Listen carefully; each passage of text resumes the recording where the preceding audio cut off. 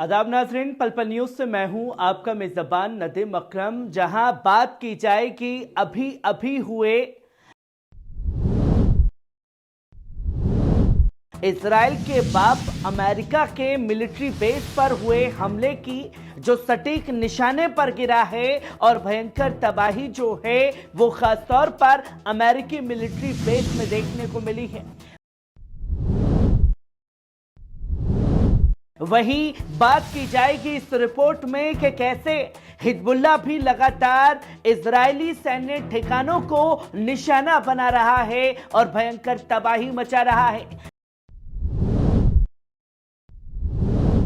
वहीं इन दोनों के हमलों को देखते हुए हमास भी ये साफ तौर पर बता रहा है कि वो अभी जंग में जिंदा है और लगातार इजरायली फौज की टुकड़ियों पर बड़े बड़े हमले करता हुआ दिखाई दे रहा है। और जब ये तमाम तरीके से हमले तेज हो रहे हैं तो इजराइल युद्ध विराम के लिए छटपटा रहा है, और जब इजराइल युद्ध विराम के लिए छटपटा रहा है तो यूरोपीय देशों का प्रेशर इजराइल के ऊपर पड़ने लगा है। ये तमाम खबरें सामने होंगी। वहीं सबसे पहली खबर पर नजर डालते हैं कि जो कि हमास के विंग अल कस्साम ब्रिगेड ने बताया कि उनके लड़ाकों ने उत्तरी गजा के जबलिया कैंप के पास एक विस्फोटक इमारत में इजरायली सैनिकों को फंसाकर बड़ा नुकसान पहुंचाया है। इस हमले में कई इजरायली सैनिक मारे गए हैं और घायल भी हुए हैं।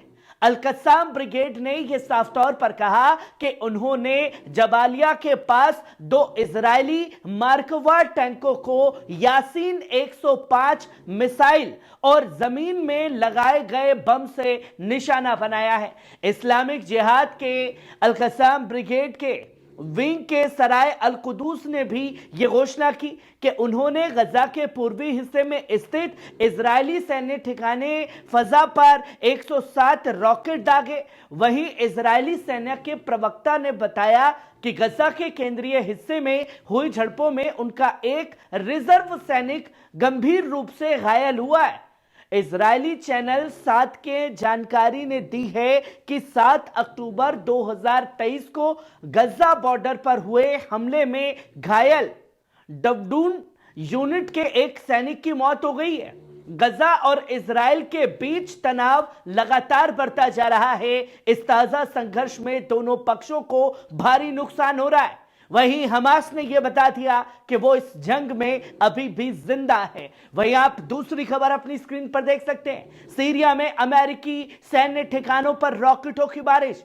सीरिया के उत्तर पूर्वी शहर अल हस्का में स्थित अमेरिकी सैन्य अड्डे पर कई रॉकेट दागे गए। रिपोर्ट्स के मुताबिक अल शदादी इलाके में स्थित इस अड्डे पर सोमवार रात 5 रॉकेट बरसाए गए जब वहां सैन्य प्रशिक्षण चल रहा था। इससे पहले सीरियाई मीडिया ने दीर अल जोर के पूर्व कोनको गैस फील्ड के पास स्थित एक अवैध अमेरिकी अड्डे पर कई धमाकों की जानकारी थी।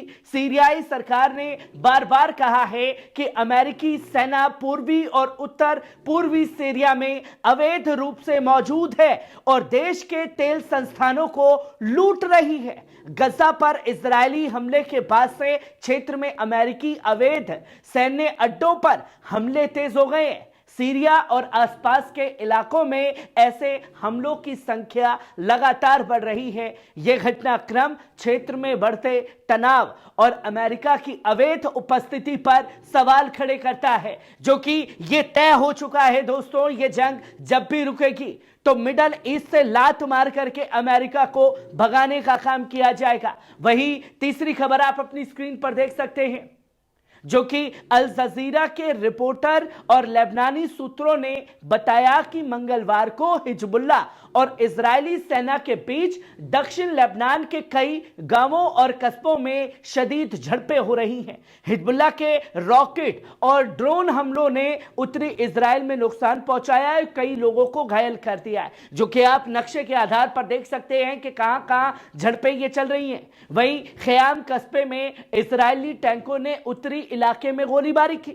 वहीं इजरायली सेना ने ख़याम में कुछ घरों को विस्फोटक से उड़ा दिया और पिछले 10 दिनों से यहां सैन्य अभियान चला रही है।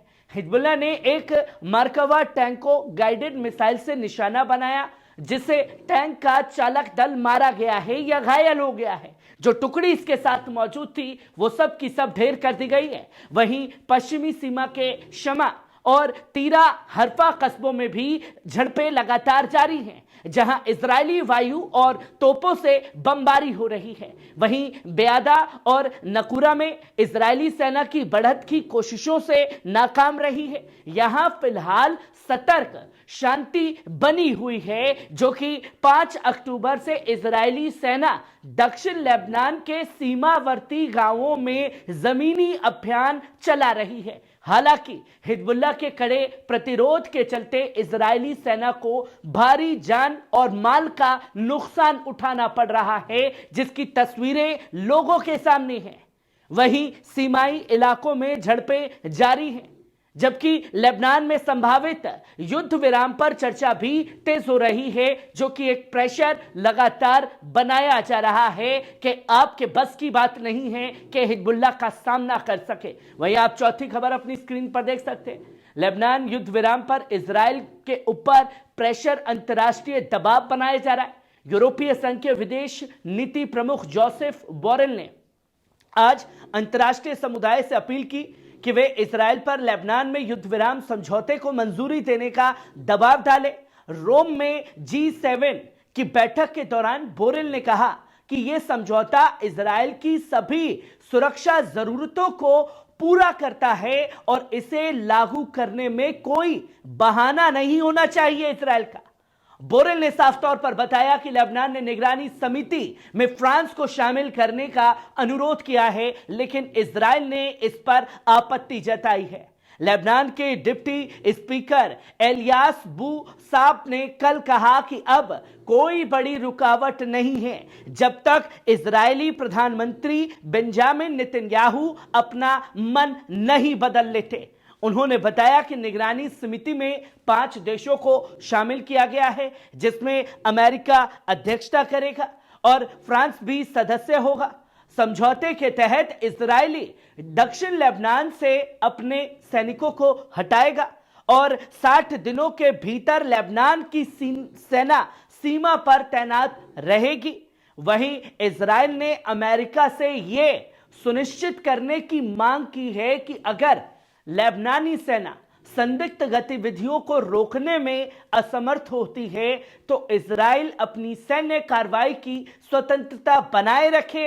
इजराइल ने हाल के दिनों में दक्षिण बेरूत, दक्षिण लेबनान और बेका इलाकों में हमले तेज कर दिए हैं और हिजबुल्लाह के सैकड़ों ठिकानों को निशाना बनाया जा रहा है, जो कि हर इजरायली ये सवाल कर रहा है कि भैया कौन से ठिकानों को निशाना बना रहे? उन ठिकानों को जहां मजलूम लेबनानी वासी रहते हैं, उनके घरों को और उनका कत्लेआम किया जा रहा है, जो कि हिजबुल्लाह के बीच भिड़ंत देखने को मिल रही है।